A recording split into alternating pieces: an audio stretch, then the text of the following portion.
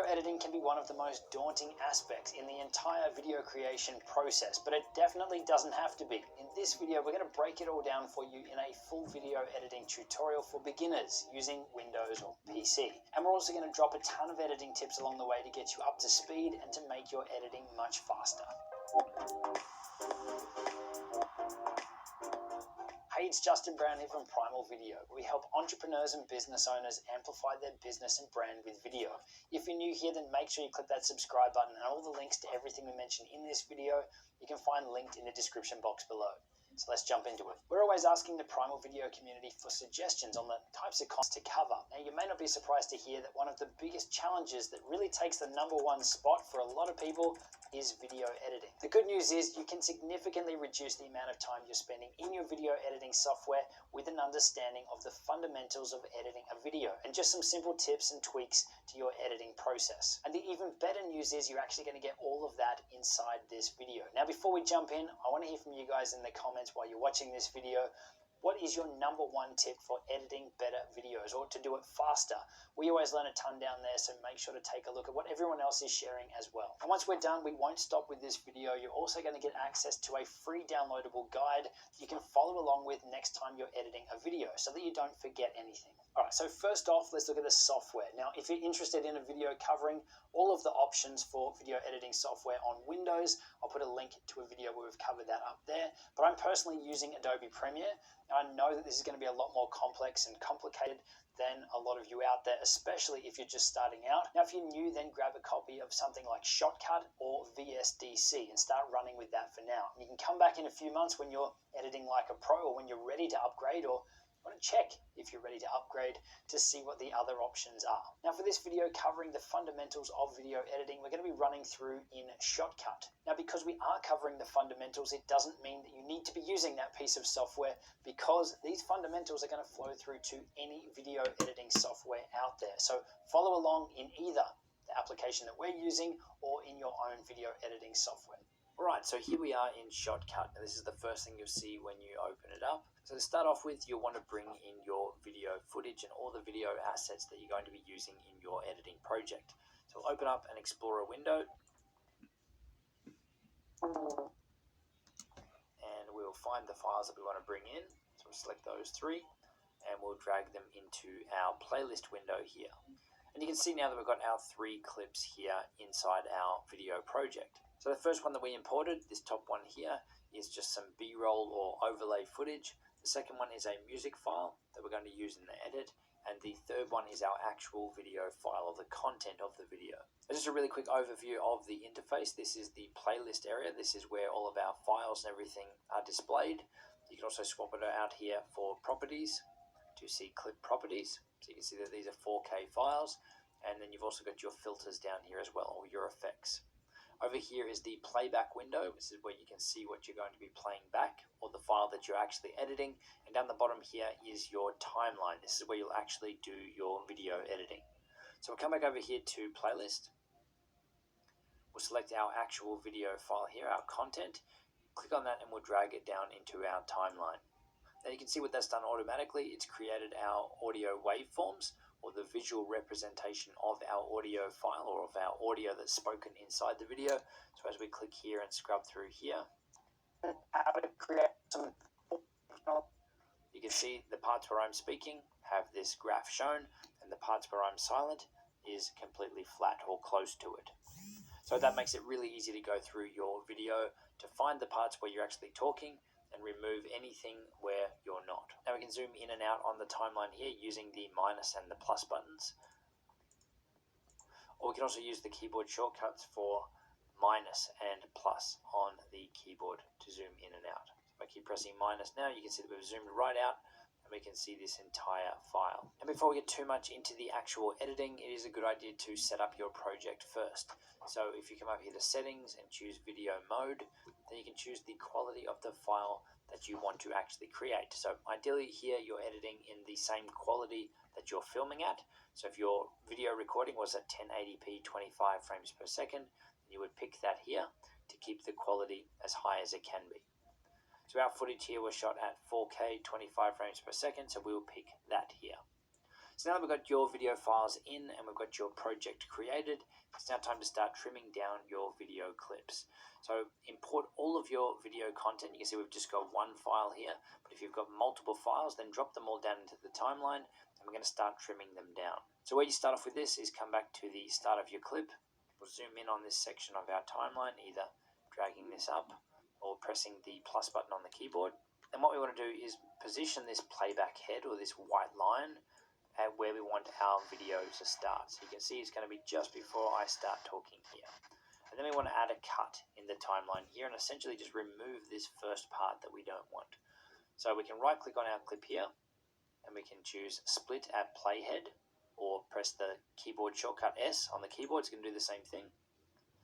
And that's created a split there at that point. So we've now got two clips. So if we press the delete key on the keyboard, and that clip is gone. And then to remove this gap, we can right click on the gap and choose remove. And now our video is actually going to start back at the start where we just added our cut. That is now the first frame of our video. So if we zoom back out again now, we'll do this for all the clips that we've imported and we'll trim off the end of this video file as well. So we'll come across the end of the video where we want it to finish, which is about here. You can see with the audio, that's where I stopped talking. We'll again press S on the keyboard to add a split. We'll click on that clip there and press delete and that's gone. Now if I undo that, pressing Ctrl Z a couple of times, one to undo the delete, one to undo the cut. Now another way to do it is to move your mouse cursor to the end of the clip. You can see it goes red there. We can actually then click and drag and change that end point of the clip. And whenever we let it go, it's actually adjusted our clip to finish at that point. And obviously if you remove too much, then you can drag it back out and go the other way as well until you get it right where you need it. So once you've gone through and trimmed off the start and the finish of each of the clips in your timeline, then the next step is to go through and start the actual editing process. This is where you're going to go through your video from start to finish, and you're going to remove all of the bad takes and any of the mistakes or really anything that you don't want in your actual video file. You'll be going through in this step. So we'll start at the start here. You can either use the S key, you can delete the clips, you can then right click and remove the gap. Another way that you can cut down your footage too is by pressing the S to split the clip where you want it. And say we want to remove this little section here while I'm not talking. We can move our mouse over here until it goes green with this mode enabled, which is the ripple, trim and drop mode, which means it's going to automatically close that gap for us. So if we click on this green part here, we slide across to the right, then we're changing the start of that clip until I let go. So that first part of that clip here has now been removed. So exactly the same as if we want to move this little section here, come across here, press S to split the clip, and then grab the green handle here and we'll swipe it along until that gap is closed. So that's how easy it is. Okay, so once you've gone through and you've added all of your cuts, you can actually reposition all your clips around in your timeline and move them around as you need to. So you can just pick them up and drag them around, maybe swap the order of them if you need to help build out the story or the flow that you're after. And then if you've got any additional B-roll or overlay footage that you want to show while you're talking as well, then you can add a new video layer. Come over here to these three lines, which is a settings menu, and choose add a video track.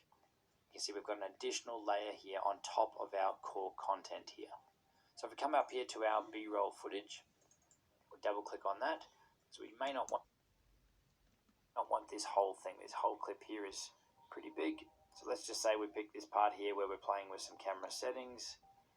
We can press I on the keyboard, and that will mark an in point. You can see that now our selection range has moved from this whole clip to just here. Let's choose where we want this to finish. Probably around here somewhere. I'm going to press O on the keyboard. So we've only got this small selection of this much bigger clip. Then you can either drag the clip down here or come down here and press the plus button to drop that down into our timeline. You can see it's automatically put it up on the layer above for us. And just like any other clip, we can pick it up, we can move it around to where we want it. We can adjust the start and the end point on it by using this green and red handles. So we can stretch it out a bit if we wanted, if it wasn't long enough.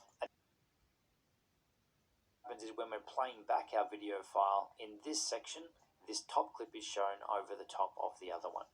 So if I mute these tracks now, just while we're editing here, if I click and drag from here, you can see that we've got the talking head, we've got me talking, And as we get to this clip here, then that clip is now shown over the top of the other one. Now playback's a little bit slow here because of the screen recording, but you can see what's going on. Okay, so once you've added all your overlay footage to your timeline, next step is to add any titles or effects. So if we want to add a name title that says Justin Brown Primal Video onto the start of their video here, we'll come back to the start.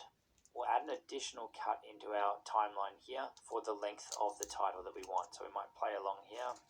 Say we want the title to come in a couple in.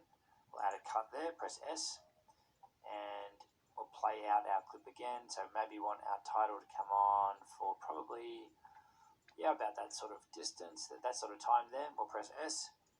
So we're going to add a title to this small section of that bigger. So adding these cuts here hasn't changed our actual video. There's nothing noticeable that there are any cuts because we haven't made any adjustments to it. But this lets us apply a title just to this section of that bigger clip. So with that selected, come over here to filters. We're going to add a filter, press the plus, and then the one you want to pick is video filters. Now if we scroll down here and go down to text, there it is. We can click on that and that is now added. You can see we've got the default, which is timecode, added to our frame here. Now to change out the text, we can change timecode to say Justin Brown, add a new line, Primal Video, and then in here you get to change things like your font, the color, we'll make that light blue, Oswald Gold.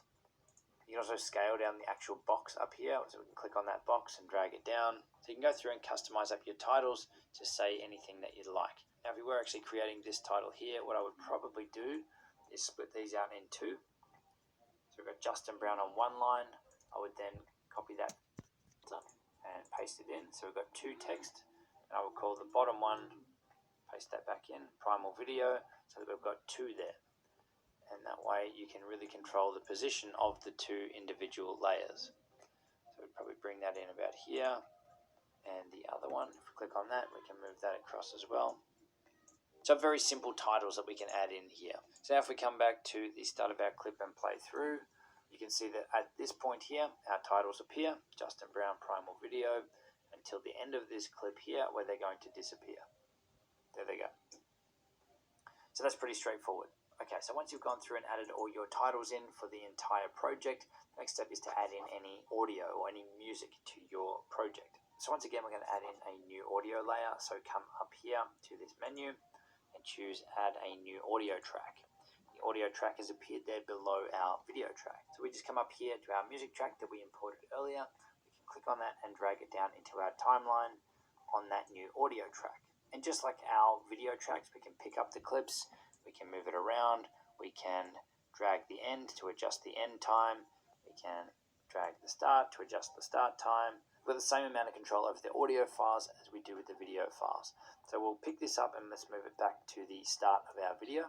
So the music starts when our video does. So you can see here that this music file is much shorter than our actual video. So here you could add in multiple music tracks, or you could add in the same one and then set it up so that it repeats seamlessly so your viewers don't know that the music track is changing, but you've got a heap of control in here around your music files. You can clearly see on that audio waveform there, that drawing diagram, that the music drops off to nothing at the end of that track and then picks up again at the start of the next one. So you might want to add in some sort of crossfade. So if you pick up this track and slide it along over the top of the other one, now obviously you'll have to work a little bit here to make sure that the beats and everything line up perfectly, but when you let go, it actually adds a crossfade between the two.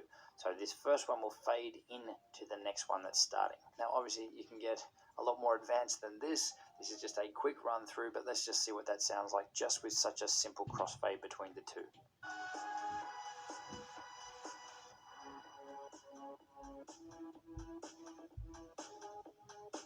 So it's probably usable. One of them finishes and it is kind of a soft fade then into the next one while it's starting as well. And what we'll do too is trim off the end of that audio file so that it finishes at the same time as the rest of our video there. If you do want to add an audio fade to the end, then you can come back over here to filters.